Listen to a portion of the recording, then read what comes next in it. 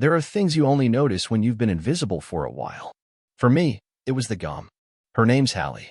We've been married 18 years. She used to hate chewing gum, said it looked trashy. But about 6 months ago, she started again. At first, I thought it was stress. Then I realized it was habit, or worse, nostalgia. Maybe he chews gum. Maybe she was chewing his brand. You start seeing patterns when you've got nothing else to hold on to. My name's Warren, by the way. I'm not dramatic. I've been quiet my whole life. When my father died, I didn't cry, not because I didn't love him, but because I never learned how to release pain properly. Hallie knew that.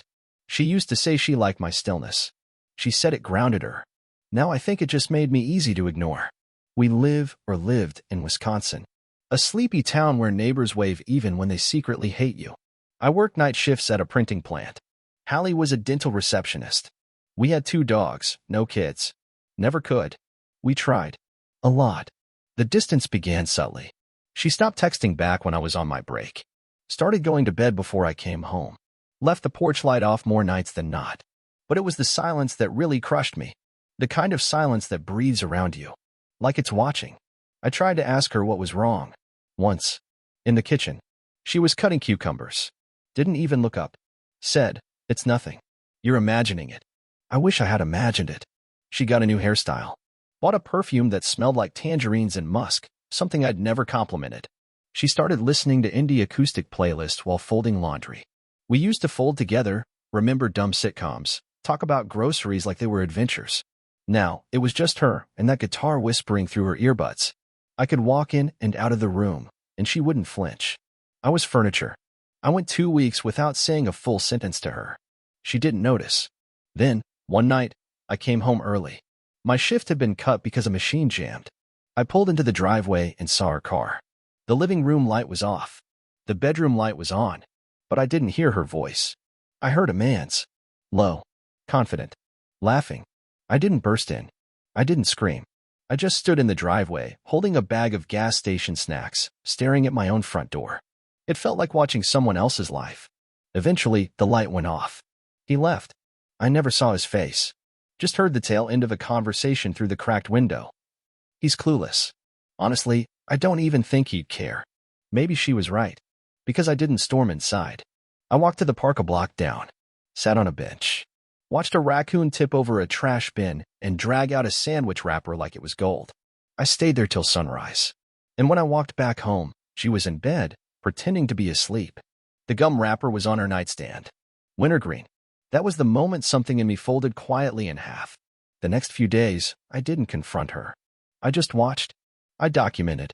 I set up my old tablet in the hallway coat closet, camera angled at the living room. I wasn't even looking for revenge. I think I just needed proof that I hadn't gone insane. And what I got was worse than I expected.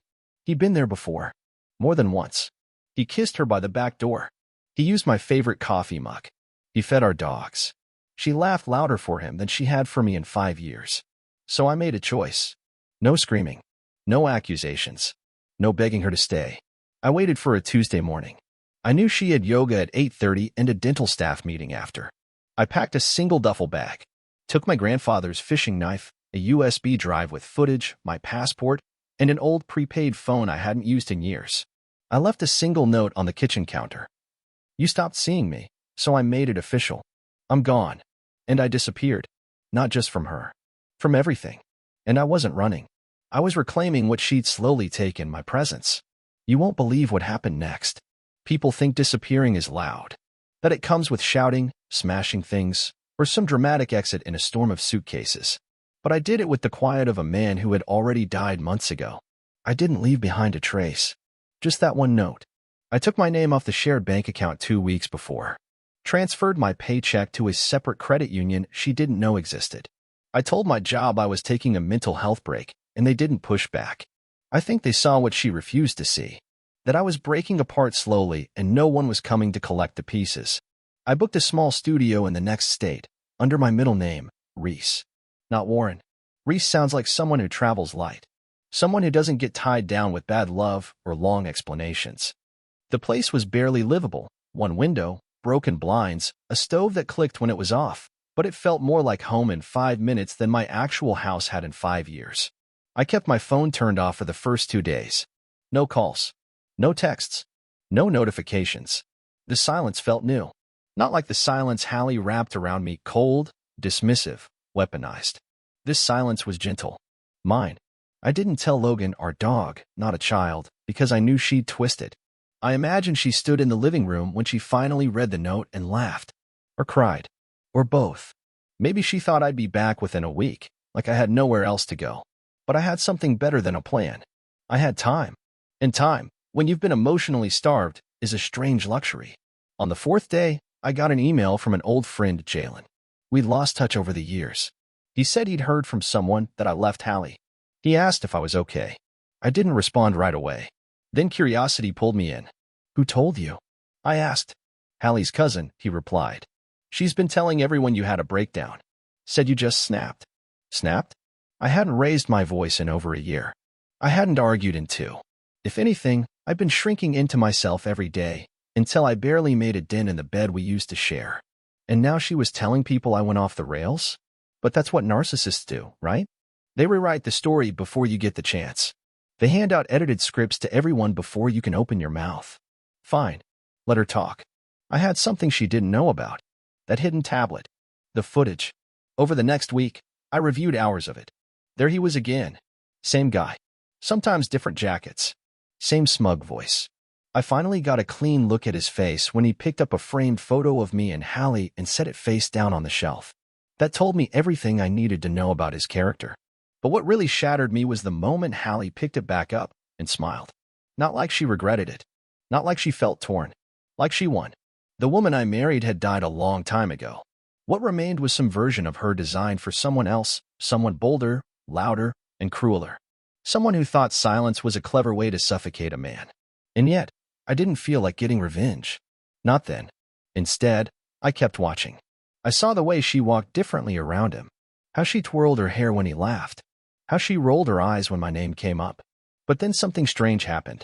One night, when I checked the feed remotely, the camera showed an empty room. Hours passed. Then she came in alone. Drunk. Sloppy. Crying. She stumbled into the couch and mumbled something I couldn't fully make out. I turned the volume up. Why? Why didn't you fight for me, Warren? I froze. Was she serious? She had erased me from our life with surgical precision. And now she was drunk on the couch asking why I didn't fight? I wanted to scream into the screen. Tell her I did fight. I fought in every silent dinner. In every unanswered text. In every forgotten anniversary she laughed off as not a big deal. I fought until there was nothing left to defend. But I didn't scream. I hit record. Then I picked up my notebook. The one I'd been using to document everything since I left. On the first page, I wrote, She started by ignoring me. But now she wants to rewrite history. Time to take control of the ending. And so I started planning. Not revenge. Not destruction. A reckoning. I didn't write to make sense of what happened. I wrote to stop myself from forgetting who I used to be. The notebook became my compass. Every night, I wrote what I saw, what I remembered, and more importantly, what I refused to let her twist. Hallie had already started editing our history for everyone else, but she couldn't rewrite mine. I started each entry the same way. This is the part she won't tell anyone. Like the time she cried in the parking lot after losing her job 3 years ago, and I spent the entire night helping her build a new resume, while she screamed at me for not understanding corporate pressure. Or the way she once said I was too boring to travel with, so she took girls' trips every spring. I believed her. Every time. But there's a funny thing about silence. It gives you room to put the puzzle together. 2 weeks into my disappearance, I decided to revisit the house without stepping inside. I just wanted to see it. See if she'd changed the locks. If she'd parked someone else's car in my driveway. Instead, what I saw nearly made me laugh. There were garbage bags out front, filled with what I recognized as my clothes. My old flannel jacket was half hanging out the top, damp from the early morning rain. She didn't even bother to donate them. She just tossed them. That's when I noticed our neighbor, Old Man Clive, watering his front lawn. He was a quiet guy, retired steelworker, always wore aviators, even in the shade. I figured he hated me. But when he saw me, he didn't look surprised. He gave me a slow nod, then walked over without shutting off the hose. She told people you ran off with some woman from work, he said, voice low and tired. But I figured that was a load of crap. I stared at him. She said that. Yeah, couple times. At the block barbecue she hosted. You missed a hell of a show. By the way, your dog peed on her boyfriend's leg. I blinked. Boyfriend? Clive just smirked. Tall guy? Drives a white Mazda. Real talkative. You want me to take care of the cameras for you? I hadn't even told him I'd set up cameras. This man had seen everything, and I had no idea. I'll take care of them soon, I said. Thanks. He didn't say anything else. Just patted me once on the shoulder, then turned back to his hose. Like we hadn't just cracked the surface of a domestic disaster. Back at the apartment, I felt something shift. Not anger. Not sorrow. A strange new sensation, permission. Like someone had just stamped a document in my soul that said, go ahead. Do what you need to do. So I called the only person who never liked Hallie from the start, my older sister June. She answered in one ring. About damn time, she said. Are you alive or hiding in a cave with no Wi-Fi? I hadn't even said hello. I left, I told her. For good. There was silence. Then a breath. Okay, where are you? Not far. But I don't want anyone knowing. She was quiet again. Then, what do you need from me? I swallowed. I need help exposing her. Not to ruin her. Just to tell the truth. Without screaming. Without violence. I just want people to see it. June didn't even hesitate. I'll help. But only if you promise not to crawl back. I'm not crawling back, I said. This isn't about getting her back. It's about getting me back. She paused. Then let's start with her workplace. That's how the plan began. Simple. Clean. Focused. We started with what I had. Timestamps, footage, audio clips, text backups. I had never thought of myself as meticulous, but now, I documented everything like it was court evidence. And Hallie? She kept running her mouth. That week, she posted a long emotional rant on Facebook about abandonment and emotional abuse, tagged with a photo of her cuddling with a Mazda guy in our backyard hammock. The comments were full of sympathy. You deserve peace. You've been through so much. Glad you found someone who makes you smile again. I didn't even get mad. I just screen recorded it all. Saved the post. Logged the comments. It was building, one piece at a time, into something she couldn't spin anymore. And then, late one night, my burner phone rang. Unknown number. I picked it up. A voice whispered, You don't know me, but I know what she did. And you're not alone. I sat upright. Who is this? But the line clicked dead. And suddenly, I realized, Hallie wasn't just lying to me. She had secrets even I hadn't uncovered yet. I didn't sleep that night. After that call, that strange, almost whispered voice telling me I wasn't alone, every shadow in the studio apartment felt alive. I kept replaying it in my head. The voice didn't sound familiar, not exactly. But it had this slight tremble to it, like whoever spoke was scared, and maybe even guilty. The next morning, I drove to a library 2 towns over. I logged into a public computer and created a fresh email account using a fake name and birthday. If Hallie or her people were sniffing around, I wasn't about to give them anything trackable. I wrote the following message and sent it to my own encrypted inbox. If you know something, tell me. I'm not here to destroy her. I just want the truth on record. All of it. Whoever you are, I'm listening. I didn't expect a reply, so I went back to the plan June and I were building. She had reached out to a few of her connections, including someone she used to work with at Hallie's old dental clinic. Turns out, Hallie hadn't just quit her job like she told me. She was fired for unprofessional behavior. They didn't elaborate in the termination letter, just said it had something to do with client boundaries, which is HR code for. She got caught doing something personal with someone she shouldn't have. Now I had a new question.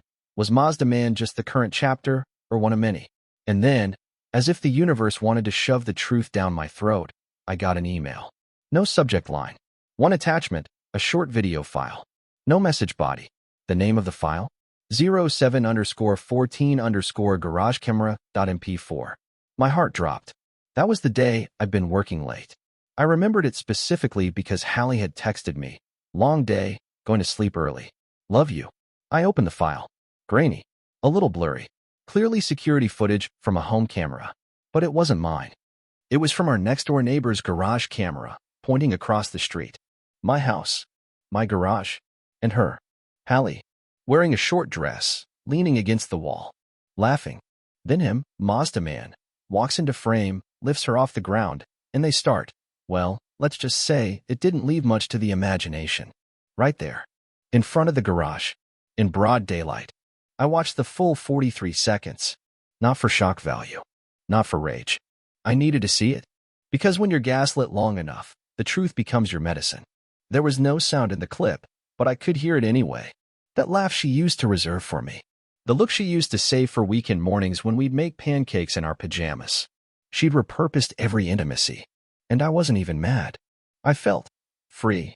That's when it clicked. I didn't need to destroy Hallie. She was doing that all by herself. My only job was to step aside and document the wreckage. Later that night, I went to the storage unit where I had stashed most of my things. I hadn't looked through all of it yet. There were 3 sealed plastic bins labeled office stuff, my handwriting from when I moved out. I opened the first 2. Nothing but receipts, backup cables, and old manuals. Then I opened the third. Inside was an old manila folder labeled 2017, Hallie's copy. I didn't remember packing that. I pulled it out and froze. It was from her old laptop, the one she claimed crashed years ago. I backed up some of her files once, and apparently, I kept a copy. Photos, emails, PDFs, even a journal file she must have written in Word. I skimmed it. The first line hit me like a steel bat to the spine. He doesn't excite me anymore.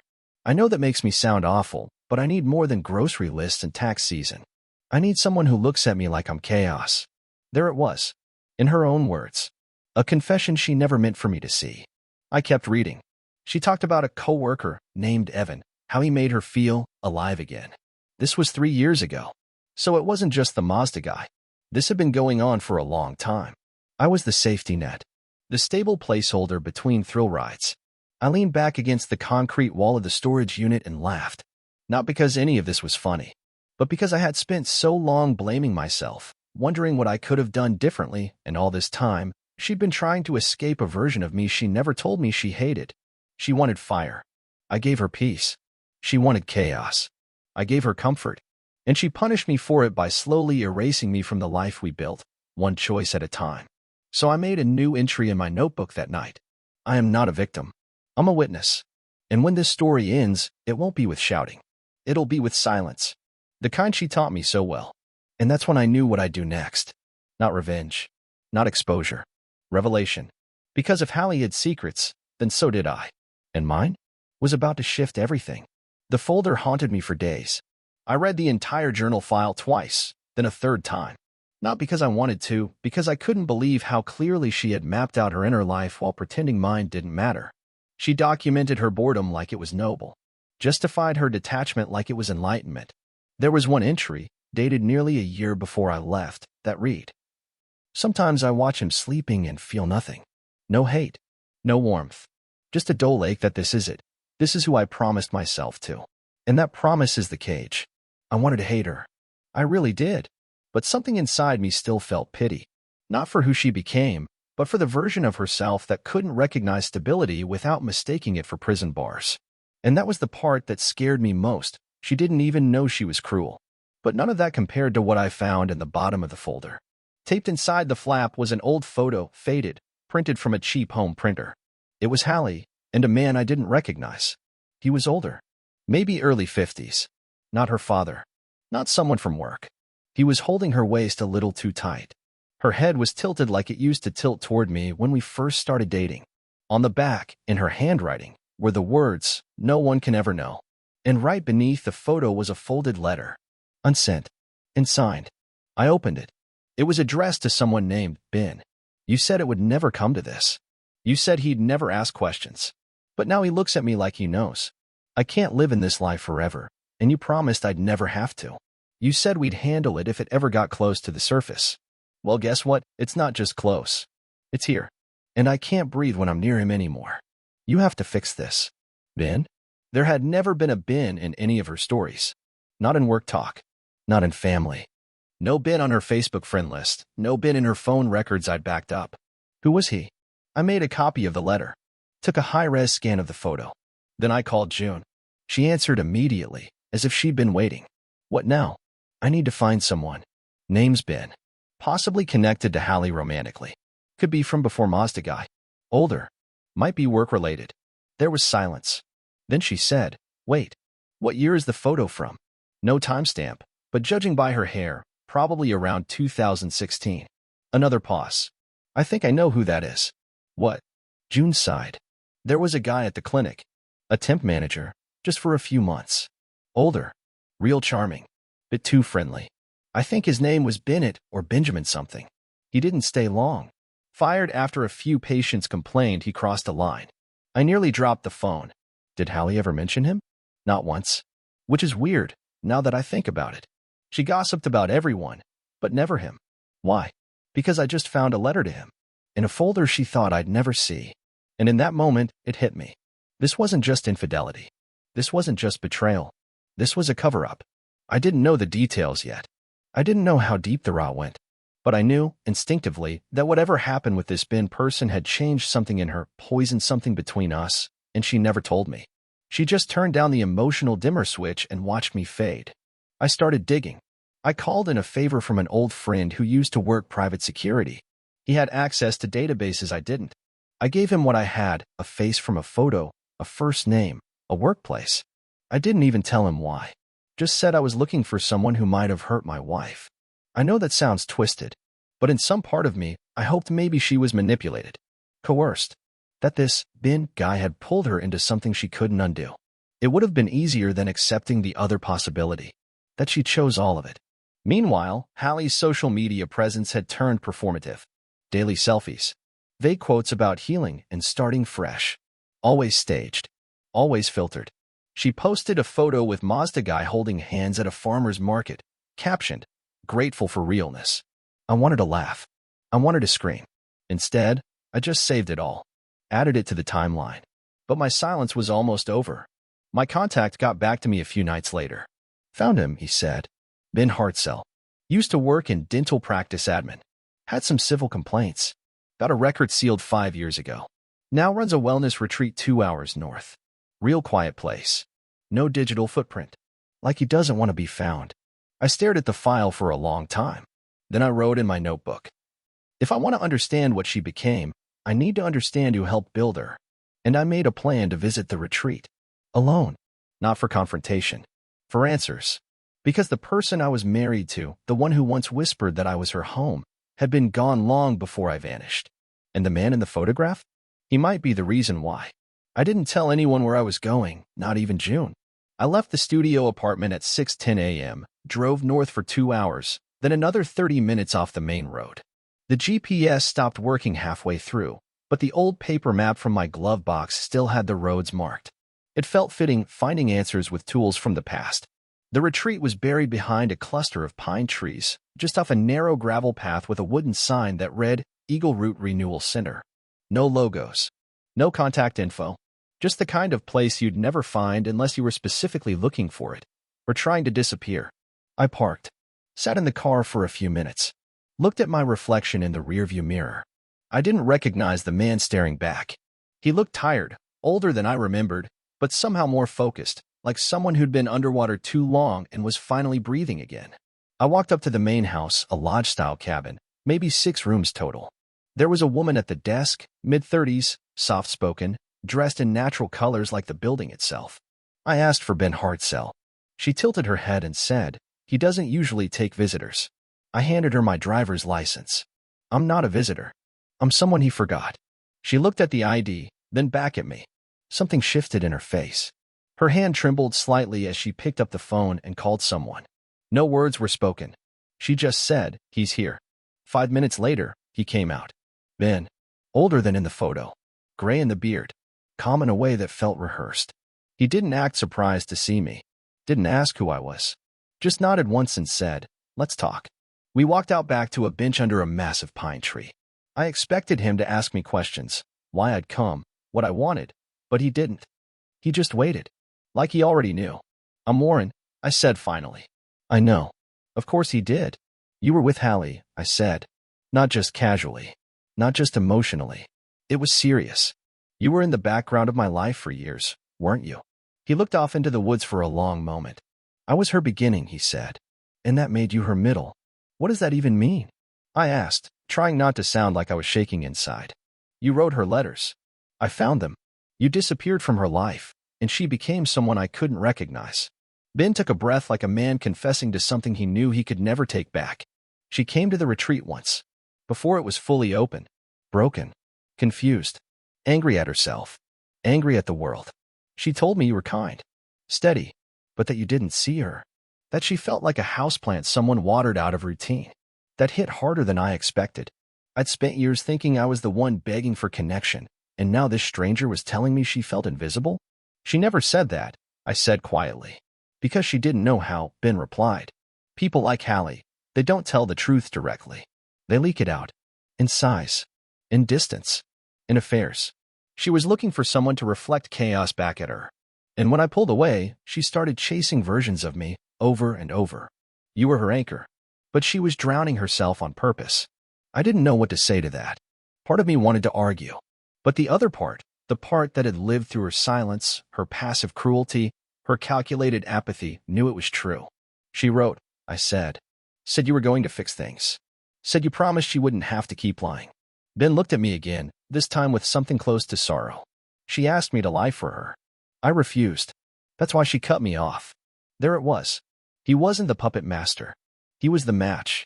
And Hallie lit the fire all on her own.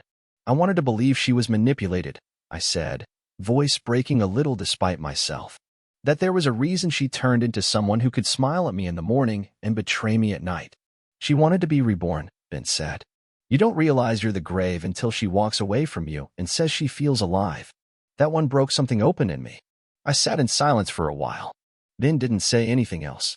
Eventually, he stood, placed a hand on my shoulder, and said, You deserved better. But that doesn't mean she knew how to be better. Then he walked away. I stayed on that bench for a long time. Watched the pine needles fall, one by one, like they knew how to let go. And when I got back to the apartment that evening, I didn't cry. I didn't scream. I just opened my notebook and wrote one line. She didn't destroy me because she hated me. She destroyed me because she hated who she became around me. That night, I slept 8 hours straight for the first time in over a year. But the story wasn't over.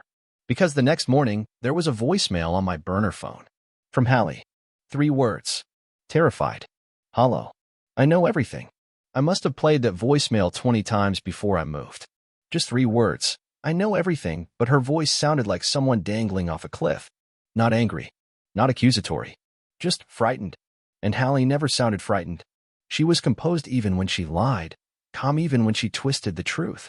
So I did what I always do. I wrote it down. Not just the words, but the tone, the breath between syllables, the desperation tucked into her throat. Because for the first time in this entire mess, she wasn't in control. She didn't know where I was. She didn't know what I had. She didn't know what I knew. And now? She was guessing. It didn't take long to confirm my suspicion. Someone must have tipped her off. Maybe she caught wind of June making quiet calls to the dental board. Maybe she heard from someone at her old clinic that a man named Reese had been asking questions. Maybe, and this was my favorite theory, Ben said something. A final ghost whisper from the past. But what did she mean by everything? Did she know about the footage? The emails? The photo of her and Ben? Or was she bluffing? I didn't call her back. I needed her uncertain.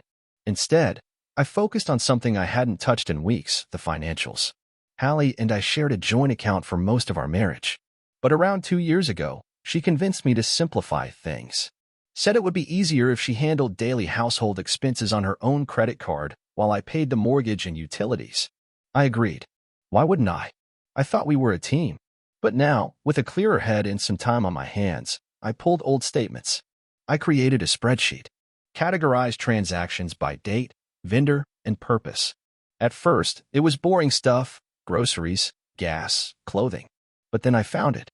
A recurring charge from a company I didn't recognize. Wilmot Private Holdings, $470 a month. Regular as clockwork. I searched it online. Nothing. Just a P.O. box in Oregon and a disconnected number. So I called in a favor from a buddy of mine who used to work at a bank in Chicago. Quiet guy, ex-analyst. I sent him the company name and asked if it looked like a shell corporation. His reply was almost instant. Definitely. Who's hiding what? That's when I got serious. I went to the bank Hallie and I used to use and requested copies of the last 24 months of account transfers under her name. Technically, I wasn't supposed to get them. But I still had power of attorney on file from a few years ago, and the clerk didn't ask too many questions. What I saw made my hands go cold. Hallie had been draining our savings in $500 to $800 chunks. Not fast enough to trigger suspicion. Not obvious enough to look like theft. But over 2 years, she'd moved nearly $19,000 into Wilmot Holdings. And I'll never forget the label attached to the last transfer. Exit prep final. Exit. That word punched the air out of my lungs. This wasn't just infidelity. This wasn't just betrayal. This was a full-blown plan. Hallie had been slowly building her own escape financially, emotionally, logistically, while pretending to be tired, disconnected, bored. She hadn't checked out randomly. She'd been preparing to vanish from my life while making me think I was the one slipping away. And yet, she hadn't gone through with it. Why? Had something gone wrong? Was she waiting for me to explode so she could play victim and walk away clean? Or was she always hoping I'd do exactly what I did, disappear first, and save her the guilt? I didn't have answers. But I did have something she'd never expect. A presentation. That's right. I turned every piece of data, every receipt, screenshot, text message, email thread, and surveillance image into a neat, bulletproof PDF. I labeled it Archive for legal purposes. But that wasn't the truth. It was never about court. It was about clarity. About giving the version of me that sat silent at 1,000 dinners a voice that could not be ignored. The next day, I sent it to her. Not with a message. Not with a warning. Just the file. One email. No subject line. From an anonymous address. Less than 10 minutes later, my burner phone rang again. I let it ring 5 times before answering. She was crying. Not dramatic sobs, the kind that rip through a throat when someone realizes they've lost control of their own story. "You're going to ruin me," she whispered. "No," I said. "You did that a long time ago. I'm just making sure the mirror finally reflects it." There was silence. Then something unexpected. "I was going to leave before you did," she said. "But I didn't want to be the villain." I almost laughed. "You're not the villain, Hallie," I said. "You're the writer. You just ran out of paper." I hung up. That night, June came over and brought Chinese takeout. We sat on the floor of the studio, watched dumb sitcoms from our childhood, and laughed about things that had nothing to do with betrayal or divorce or hidden accounts. And for the first time in years, I didn't feel like someone waiting to be chosen. I felt whole. But the next morning, one final twist arrived. A letter. In the mail. From someone else entirely. Inside was a single sentence. "You should ask Hallie what really happened the night your brother died." I stared at the letter for a long time. "You should ask Hallie what really happened the night your brother died." It was handwritten in thin, precise print, no signature, no return address. The envelope smelled faintly of something familiar, like the waiting room at Hallie's old clinic. That detail chilled me more than the letter itself. Because the night my brother died, Hallie was there. That was the night she held me while I sobbed on the kitchen floor. That was the night she said, "You don't have to carry this alone." But what if she had been part of it? I didn't want to believe it. I truly didn't. My brother Dean died in a car accident. That's what we were told. Hit a patch of ice, lost control. He'd been coming back from a late-night bar shift. I'd always felt guilt because I'd invited him over that night, and he said he couldn't make it. And now, this letter suggested that maybe Hallie had known something I didn't, maybe even lied about where she was that night. But you know what? I didn't chase it. I didn't call her. I didn't interrogate her. I didn't sink back into the pit she'd spent years building around me. Because in that moment, I realized something important, something liberating.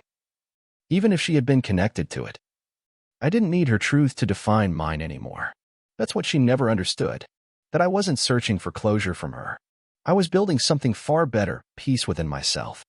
So I burned the letter, literally, took it out behind the studio apartment, lit a match, and dropped it into an old coffee tin. Watched it curl and vanish.